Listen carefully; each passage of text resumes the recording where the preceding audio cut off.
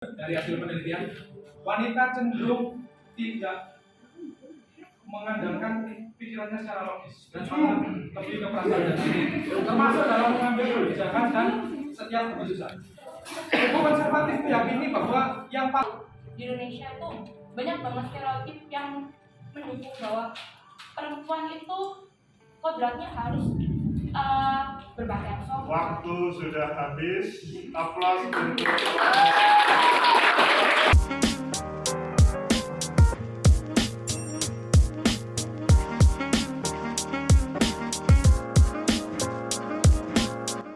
Oke, ready? Kelompok putra siap? Kelompok putra siap? Assalamualaikum warahmatullahi wabarakatuh. Teman-teman, hari ini kita mau berdiskusi tentang gender. Sangat dihubungkan dengan sebuah kepemimpinan perempuan. Kita bagi sudah dari kelompok kontra dan kelompok pro. Sekarang kita berikan kesempatan kepada kelompok kontra dahulu untuk menyampaikan gagasannya. Are you ready? Kelompok pro ready? Silakan kelompok kontra untuk berdiri di depan.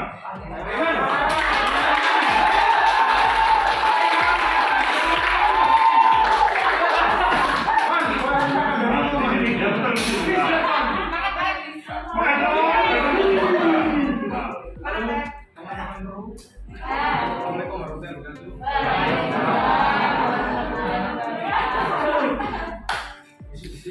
Kami dari perwakilan kelompok kontra, saya Ramadhan Irwansyah akan komisi. Waktu 3 menit ya. Oke. Bahas tentang kesetaraan gender. Kalau kita membicarakan tentang kesetaraan gender, aslinya kita meskipun berdebat sampai siang malam pun tidak ada masih karena di Indonesia sendiri tidak ada namanya dominasi atau aturan-aturan yang menurut kami unggul ke satu kita. Jadi semuanya setara, cewek, cowok, pria, wanita semuanya setara. Nah, kami dari kelompok kontra juga mengatakan bahwa perdebatan ini hanya dilandasi oleh dua sisi berpikir. Yang pertama adalah konservatif dan yang kedua liberal. Konservatif meyakini bahwa wanita seperti yang juga terkandung dalam firman Al-Quran surah Yusuf ayat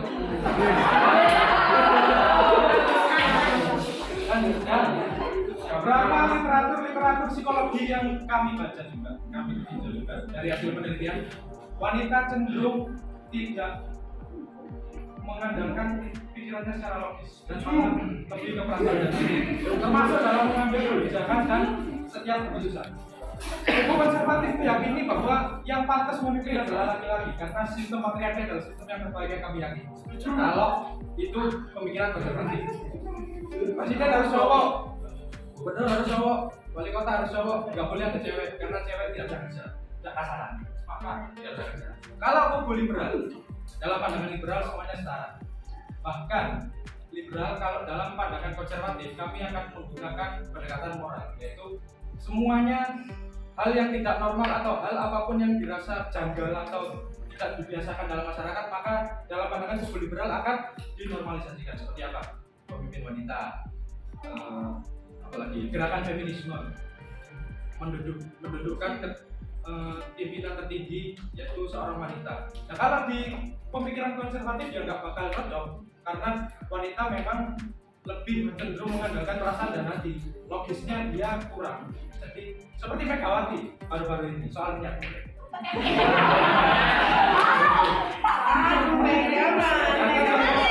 Ada contoh satu tokoh Megawati soal minyak goreng.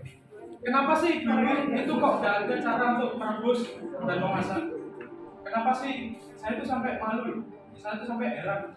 Nah, kenapa kok saya bilang Megawati itu tidak peka dan tidak sensitif pada kondisi? Kalau Megawati bilang pernyataan tersebut dikeluarkan oleh Megawati pada saat kita melimpah minyak goreng dan harganya murah, itu mungkin wajar-wajar saja. Dan malah mungkin masyarakat akan mengikuti, ya saya rebus saya, ayo kita rebus saja. Waktu habis.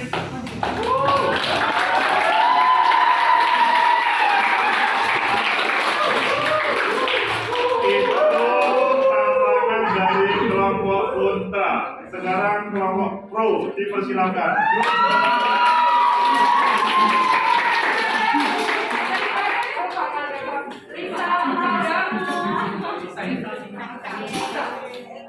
Selamat siang semuanya. Assalamualaikum warahmatullahi wabarakatuh. Jadi di sini saya dari tim Pro. Terima kasih untuk tim kontrak sebelumnya memberikan kebiasaan. Sebelumnya perkenalkan, nama saya Lisa Putri Amalia, besok saya bisa. Oke, langsung kita masuk ke berita aja. Jadi mungkin kalau dari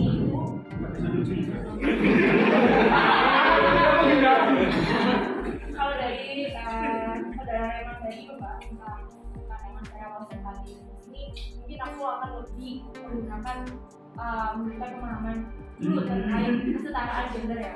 Jadi kesetaraan gender itu apa sih? Gender itu merupakan kesetaraan yang berdasarkan pada gender lain atau sebuah konstruksi sosial.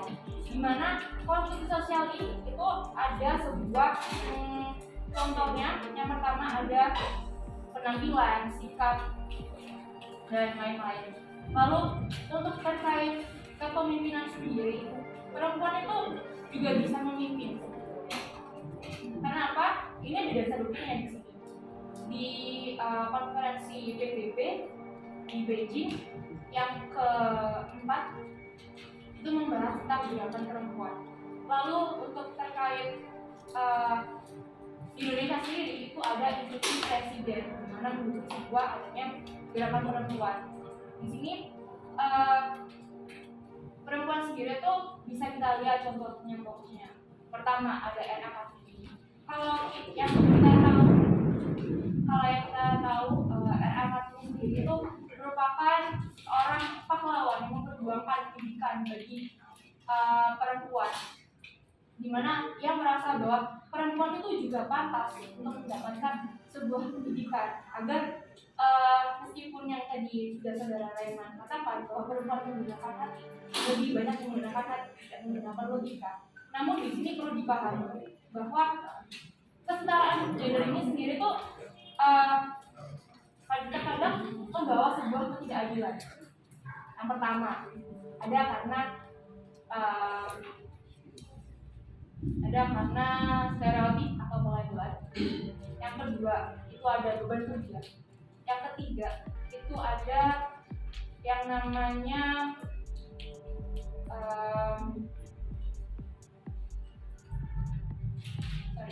patriarki, yang dimana patriarki ini kayak melihat perempuan itu tidak bisa menunjukkan bahwa dia tuh bisa mampu berdiri di kakinya sendiri untuk menghidupi dirinya sendiri dan harus ada bantuan dari laki-laki. Untuk yang stereotip yang seperti kita tahu di Indonesia itu banyak banget stereotip yang mendukung bahwa perempuan itu kodratnya harus berpakaian sopan. Waktu sudah habis. Aplaus untuk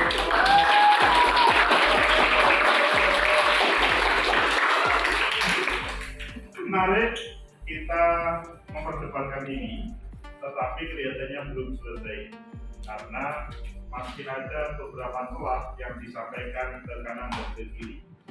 Seandainya pada segmen pertama ini kita beri nilai menurut siapa?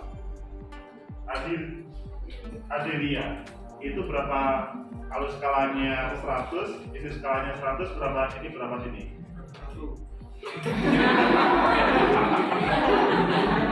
Berapa sini ya?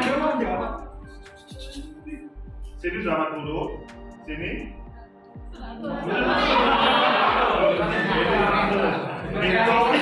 Itu versi Adelia. Kalau versi sama?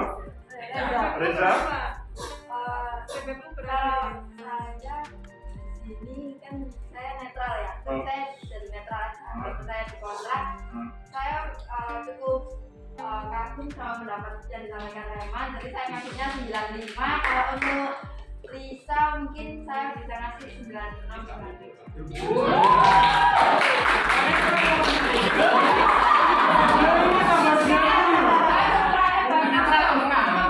Oke, terima kasih. Aplaus untuk kita bersama.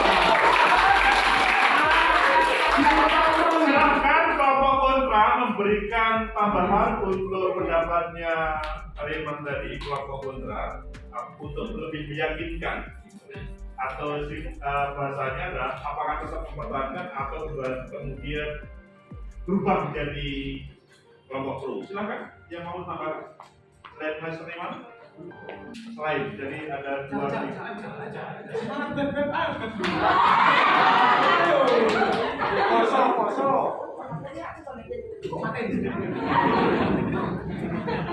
ayo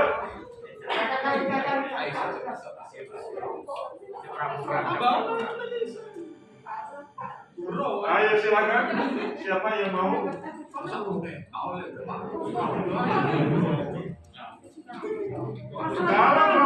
belum siap kelompok pro silakan nambah oke silakan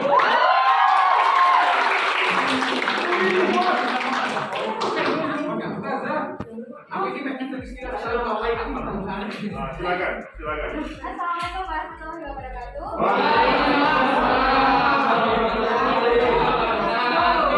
Di sini saya mungkin sedikit menambahkan saja pendapatnya dari Rizal. Saya ingin menyadar dari pendapatnya Remat terkait kesetaraan gender. Tadi kan dibahas mengenai Megawati bahwasanya pemikiran perempuan lebih mengarah pada perasaan. Nah, dalam hal ini saya kurang setuju ya.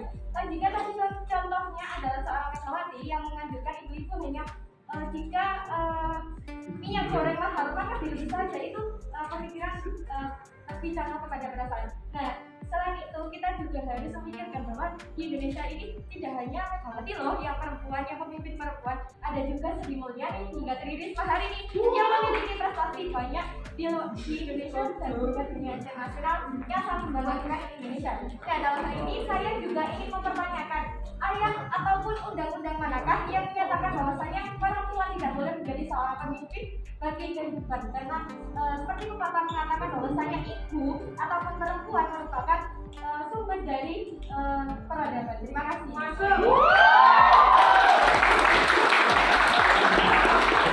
silakan kelompok kontra untuk memberikan jawabannya. Yang lain masuk nggak ada. Ayo yang lain dari Sabang sampai Merauke. Mas Raymond nanti yang lain silakan. Ayo.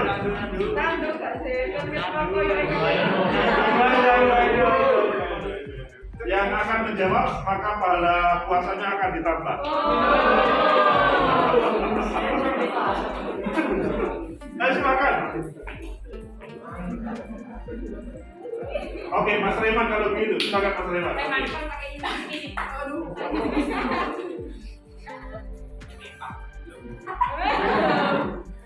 Ya tadi menyambung yang disampaikan Nuril tadi soal apa kepemimpinan Tri Risma hari ini ya. Iya kan? Ya. Tri Risma.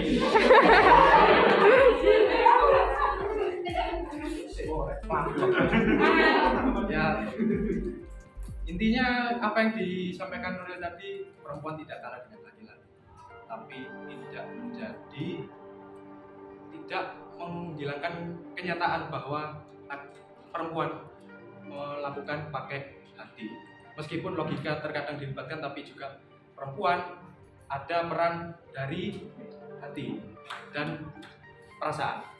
Seperti kasus Bu Risma menegur ASN di Kementerian Sosial yang tidak becus bekerja. Katanya, kamu kalau nggak becus saya pindahin ke Papua. Itu kita pun sudah tahu, meskipun itu konteksnya menegur mungkin, tapi kalau sudah masuk dalam ranah publik, apalagi sudah masuk di pemberitaan, itu bukanlah sikap yang tepat untuk seorang pejabat publik, karena itu ada rasa yang dilibatkan dan ada hati yang dilibatkan, dan malah beberapa kelompok LSM mengecap Risma itu rasis. Bu Risma itu rasis karena konteksnya Bu Risma bilang, kamu kalau nggak bisa kerja saya pindah ke Papua. Beberapa kelompok LSM terutama perwakilan Papua memahami tersebut, memahami pernyataan tersebut, menafsirkan pernyataan tersebut tentang Papua yang sebagai tempat buangan. Jadi siapapun yang tidak bisa bekerja akan dipindah ke Papua. Itu satu bukti bahwa masih ada rasa dan perasaan atau ya hati yang dilibatkan oleh wanita meskipun kadang-kadang ya kerjanya bagus. Nah, menyambung soal minyak goreng tadi, juga Megawati juga sudah jelas ya tidak mencerminkan kepekaan dan sensitivitas pada publik dengan pernyataan itu. Dan juga ada satu lagi Puan Maharani yang menghiraukan interupsi atau tidak mendengarkan interupsi atau mengabaikan interupsi dari fraksi PKS. Nah itu ketika wanita melibatkan hati dan perasaannya, dan mungkin argumen saya akan ditanggapi oleh sebagian orang sebagai argumen yang personal atau pribadi. Ya terserah, itu pendapat mereka masing-masing. Ketika RUU IKN mau disahkan, Puan bilang jika tidak ada interupsi maka kalau setiap fraksi setuju maka UU ini akan saya ketok. Dan ternyata PKS menginterupsi, Puan tidak menghiraukan dan langsung diketok. Nah di sini bisa kita lihat sebagai masyarakat awam bahwa ada motif politik di sini. Ada personel political will dari Puan ke PKS ya, karena kita bisa lihat PKS kan partai minoritas di parlemen, partai yang kecil, yang besar siapa? PDIP. Waktunya cukup, aplaus untuk kita.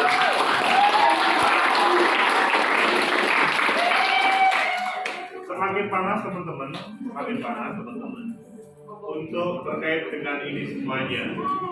Sekarang saya ingin tambah satu pertanyaan dari masing-masing. Kelompok kontra satu pertanyaan untuk kelompok pro satu pertanyaan untuk kelompok kontra yang belum kita bahas,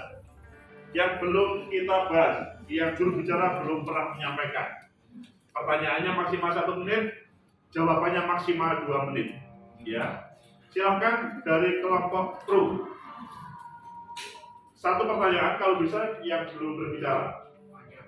Begitu juga yang lain ya. Satu pertanyaan yang belum berbicara. Kelompok pro dan ada yang siap? Kelompok kontra? Ayo tunjukkan. Pertanyaan tentang apa yang telah disampaikan sama kelompok pro. Boleh yang telah disampaikan atau boleh yang belum disampaikan. Intinya yang belum dijawab. Intinya kemungkinan di situ ada ketika ditanyakan dia tidak bisa menjawab. Wah.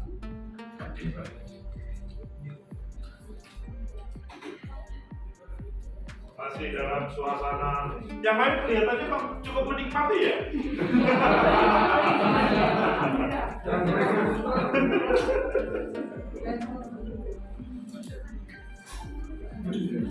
Ayo kita beri kesempatan kelompok kontra, kelompok pro.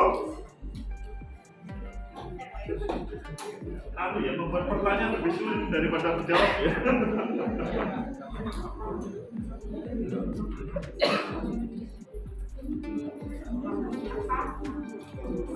Bagaimana kelompok pro kontra? Silakan kelompok pro. Sudah? Kontra, silakan kontra, dilempar dulu. Siapa yang mau bertanya? Kontra, tanya.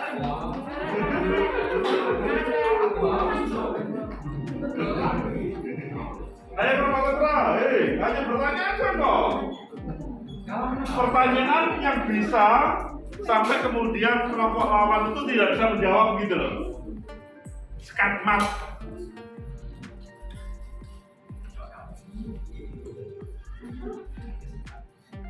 Oke, aplaus untuk kita bersama. Karena waktunya habis, maka itu semua disimpan di hati masing-masing. Teman-teman, saya senang pada kesempatan ini kita bisa belajar bersama-sama. Ini tadi sebuah metode bagaimana kita mengeluarkan pikiran-pikiran kita berbicara tentang gender. Kita tidak cukup hanya membaca tekstual, tapi mendapatkan gagasan kita berdasarkan teks, berdasarkan pengalaman, berdasarkan realitas yang ada. Mungkin kalian setuju, mungkin kalian tidak setuju terhadap hal tersebut. Tapi minimal semuanya telah menjawab terkait dengan mata kuliah kita hari ini tentang gender. Kita tidak memposisikan kelompok kontra itu pada posisi yang ini kok kurang demokratis, ini kok kurang berperspektif gender. Tidak. Kita itu kan mencari gagasan-gagasan itu tadi. Kita paham kan sebetulnya, kita semua di sini kan sebetulnya semua paham bahwa semua tidak mempermasalahkan pemimpin perempuan itu sebetulnya. Tetapi pada kesempatan mendekati proses demokrasi, kadang-kadang hal itu muncul. Kami tidak menginginkan kalian nanti ketika dalam kehidupan real selanjutnya menjadi bagian yang seperti itu. Tetapi kalian bisa selanjutnya menjawab terhadap apa yang menjadi polemik yang ada di lapangan tersebut. Begitu ya teman-teman ya. Untuk kelompok pro nilai 80, untuk kelompok kontra nilai 80. Aplaus untuk kita. Saya tidak memberikan nilai 100 supaya yang 20 itu tetap nanti sesudah ruangan kelas ini selesai nanti tetap didiskusikan. Oh iya teman-teman.